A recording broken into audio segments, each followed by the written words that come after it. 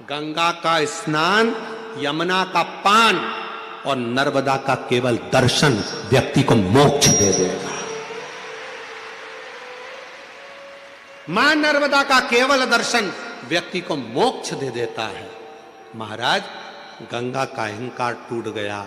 मैं सोचती थी कि मेरे जल से मुक्ति है, पर लोग मुझ में नहाएंगे तो मुक्त होंगे, यमुना का जल का पान करेंगे तो मुक्त होंगे, पर नर्मदा मां शिव के शरीर का पसीना एक ऐसा भी है कि शंकर के शरीर से निकली हुई वो नर्मदा, जिसका केवल स्नान भी ना करा जाए, पान भी ना करा जाए, केवल दर्शन ही कर लिया मां नर्मदा का तो मुक्ति होगी।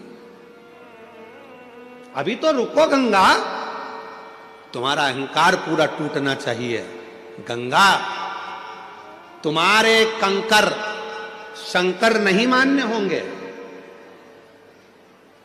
किसी नदी का कंकर शंकर मान्य नहीं होता, पर केवल एक नर्मदा नदी ऐसी है जिसका कंकर भी शंकर हो जाता है, जिसका कंकर भी शंकर हो जाता है, वो नर्मदा। नर्मदा जी की आंख से जल बहने लगा, आंख से अश्रु बहने लगा, आंख से अश्रु, नयन से जल।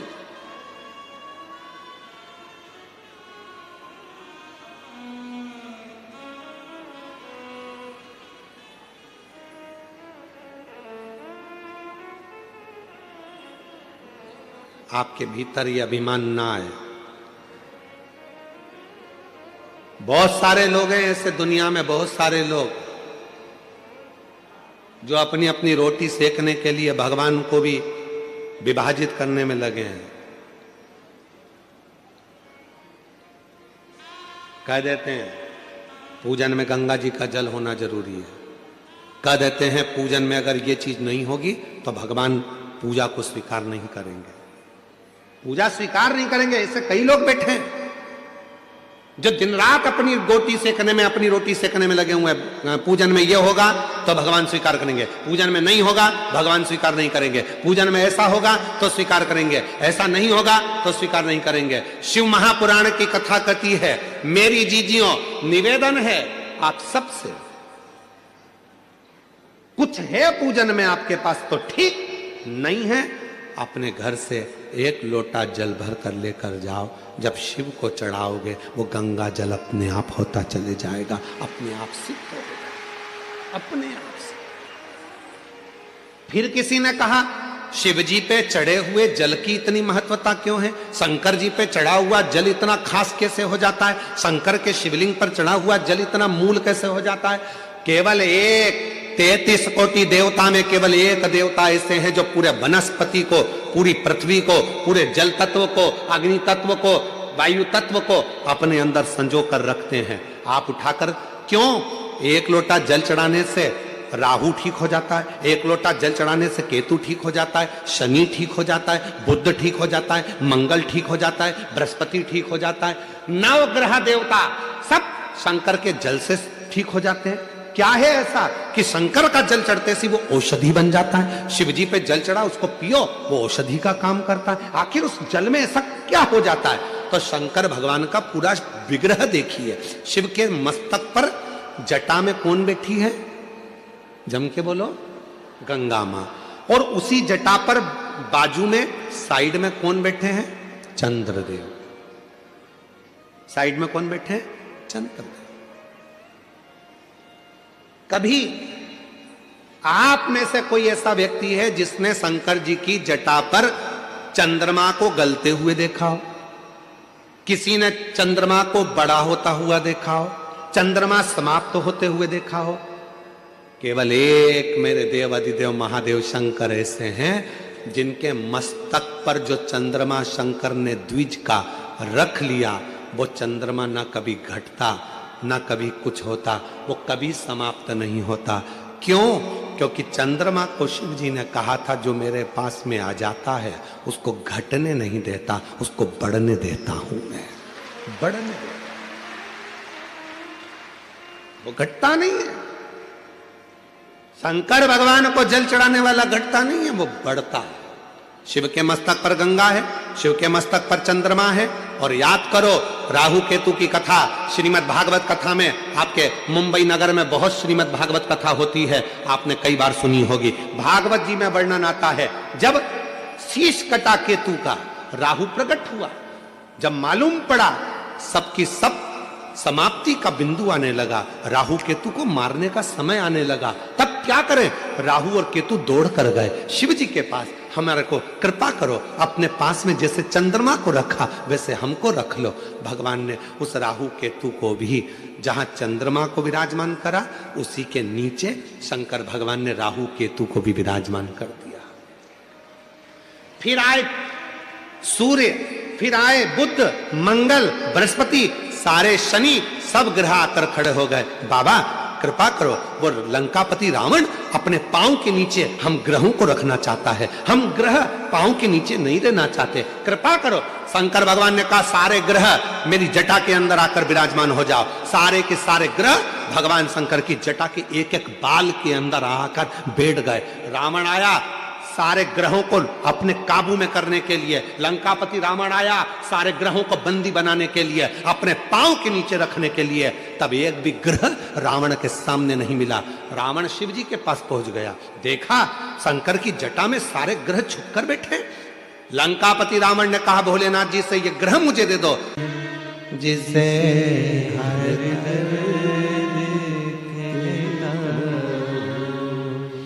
दुनिया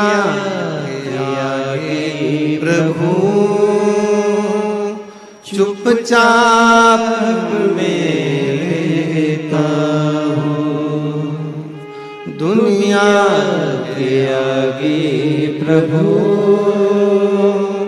चुपचाप रहता हूँ। मेरा तो ही तो हमदर्द है, जिसे हर दर्द कहता हूँ। मेरा तो ही तो हमदर्द है, जिसे हर दर्द कहता हूँ। इधर भी बोल दिए, उधर भी बोल दिए, उधर भी बोल दिए, सब जगह भटक लिए, समझ ही नहीं पाए शिव पुराण को आज तक कि शिव कथा क्या कर रही है। और जो समझ गया उसको बाबा ने साथ लिया। एक पत्र है, अच्छा है, देख।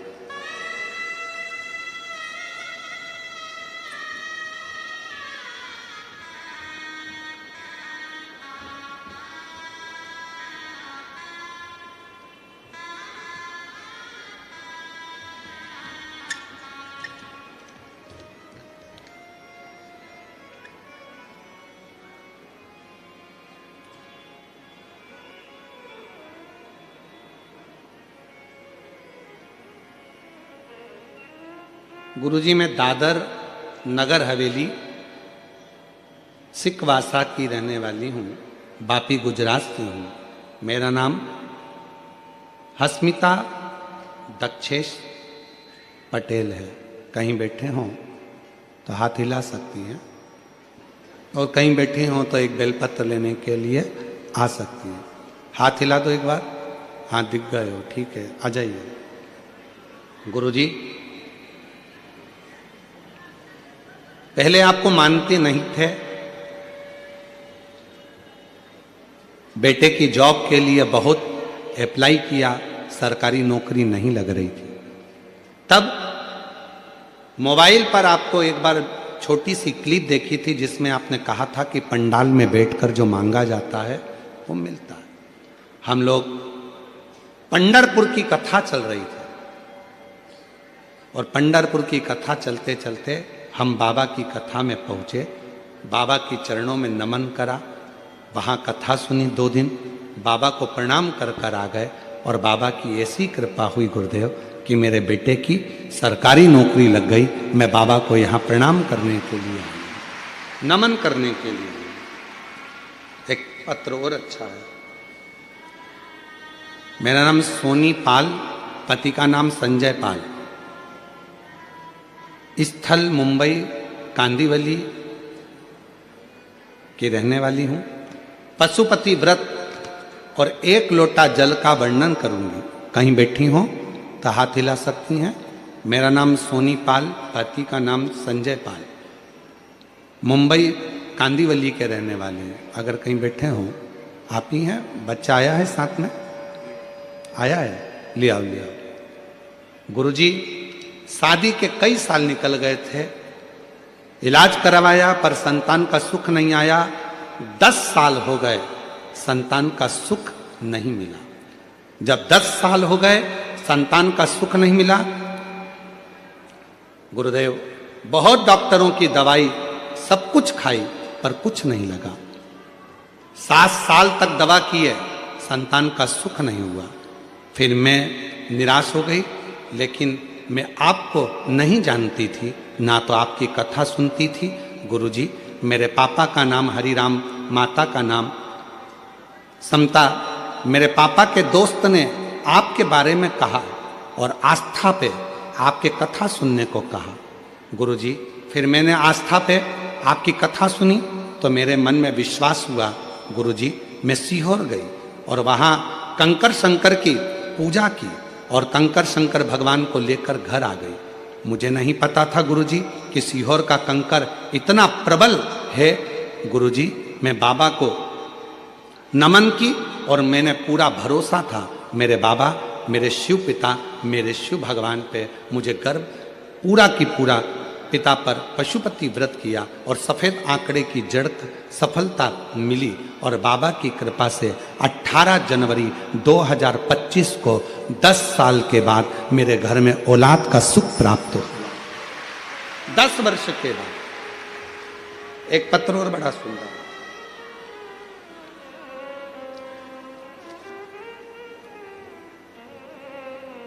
मैं स्वदीपिका नीलेश नाइक, निवासी नाला सोपारा, पश्चिम मुंबई से हूँ।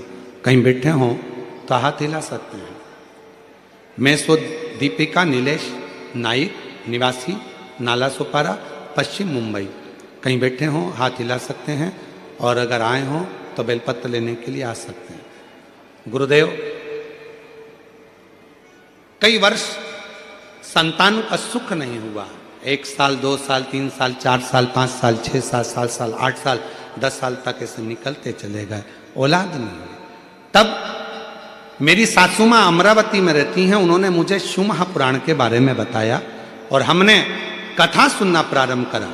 और बाबा की ऐसी कृपा हुई गुरुदेव, पंडाल में बैठकर वहाँ की मिट्टी को पेट से लगाना, बाबा को विनय करना और बाबा की कृपा से 8 नवंबर 2024 को शिव जी की कृपा से हमारे घर में 10 साल के बाद संतान का सुख प्राप्त हुआ। मैं बाबा को यहाँ प्रणाम करने के लिए आई हूँ। शिव तत्व किसको कहते हैं? मेरा तू ही तो हमदर्द है, जिसे हर दर्द कहता हो। दुनिया के आगे प्रभु चुपचाप में रहता हूँ। दुनिया के आगे प्रभु चुपचाप में रहता हूँ। मेरा तू ही तो हमदर्द है, जिसे हर दर्द कहता हो। आप उससे विनय क्यों ना करें? क्यों भटक रहे? क्यों भटके हैं? यहां वहां वहां वहां नहीं। शंकर तुझ में रब दिखता है, यारा मैं क्या करूं? एक शिव में सब दिखता है, सब शिव में दिखता है। क्यों भटके?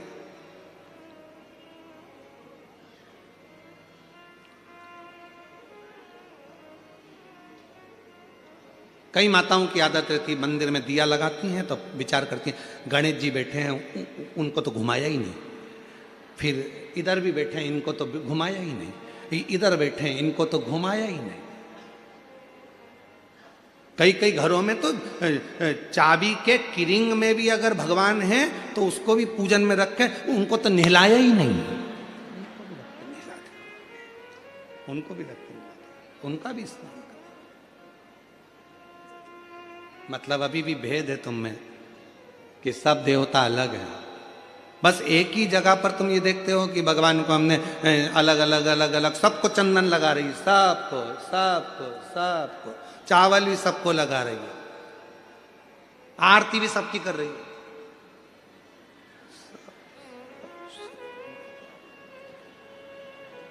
जैसे भगवान कोनी मार के कह रहा है मेरे गया, इधर इधर इधर मुझे।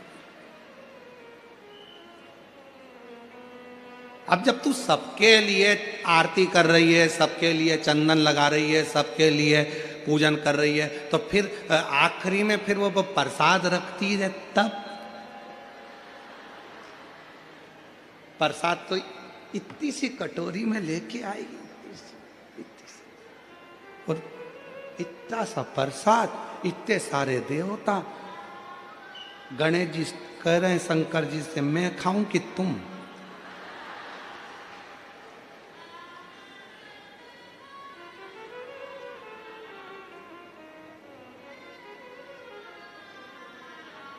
इतना छोटा सा मंदिर है, सब बैठे हैं उसमें, सब।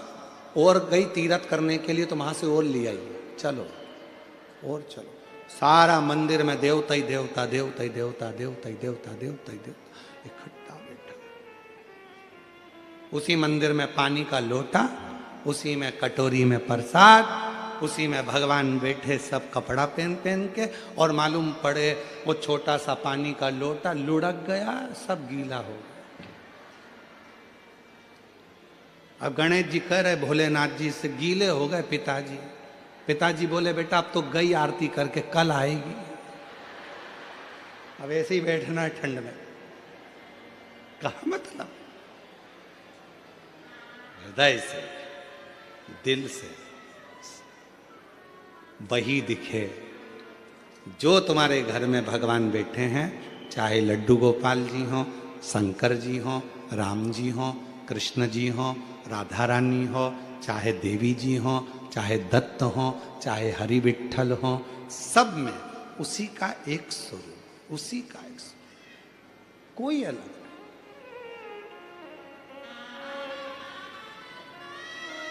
गुलाब जामुन खाने के बाद वो अलग डिपार्टमेंट में जाती है क्या? जम के तो बोलो। खोपरा पाक, चाउमीन, भेलपुरी, पिज्जा, नहीं हो सकता पेट में अलग अलग डिपार्टमेंट हो, जैसे तुम्हारे घर में फ्रिज में अलग अलग जालियां होती हैं, यहाँ पे दूध रख दो, यहाँ सब्जी रख दो, यहाँ ये रख दो, तो पेट में हो सकता है अलग अलग डिपार्टमेंट हो कि पिज्जा इधर ही जाएगा, पानी पतासा इधर जाएगा, छम्मक लड्डू इधर जाएगा, भेलपुरी इधर जाएगी। नहीं, गुलाब जामुन खाओगे तो भी अंदर ही जाएगा, खोपरा पाक खाओगे तो भी अंदर ही जाएगा, भेल खाओगे तो भी अंदर ही जाएगा, पिज़्ज़ा खाओगे तो भी अंदर ही जाएगा। चाहे राम कह लो, चाहे कृष्ण कह लो, चाहे शिव कह लो, चाहे दत्त कह लो, आखिरी में वहीं जाएगा, आखिरी में वहीं जाना, वही एक ही है, एक ही, कोई मिटता नहीं, वही नजर वही आता, कोई दूसरा दिखता ही नहीं। वो फिर वही वाली बात आ गई, आ बैठ मेरे पास तुझे देखता रहूं, बैठ मेरे पास तुझे देखता रहूं, तो कुछ कहे ना मैं कुछ कहूं। जब उसके सामने पहुंचो कुछ नहीं दिखे, ना मैं कुछ कहूं ना तुम कुछ कहे, बैठ मेरे पास तुझे देखता रहूं, बैठ मेरे पास कुछ नहीं दिखता, कुछ भी नहीं, एक शिव दिखता, केवल शिव। अभी हम आ रहे थे, जब हम लोग सीहोर से चले तो रास्ते में आते आते हमारी आदत में थोड़ा सा हम प्रयास करते हैं कि सफ़र जितना गाड़ी से हो, प्रयास क्यों? क्योंकि रास्ते भर पेड़ों के नीचे बहुत सारे शंकर के शिवलिंग मिलते हैं। पूरा रास्ता तय करने में कम से कम 108 शिवलिंग पर हमारा जल चढ़ जाता है। इसलिए हम प्रयास करते हैं कि गाड़ियों से जाएं। हमारा प्रयास रहता है, ज़्यादा से ज़्यादा हम प्रयास करते हैं कि बाय कार गाड़ियों से निकलें।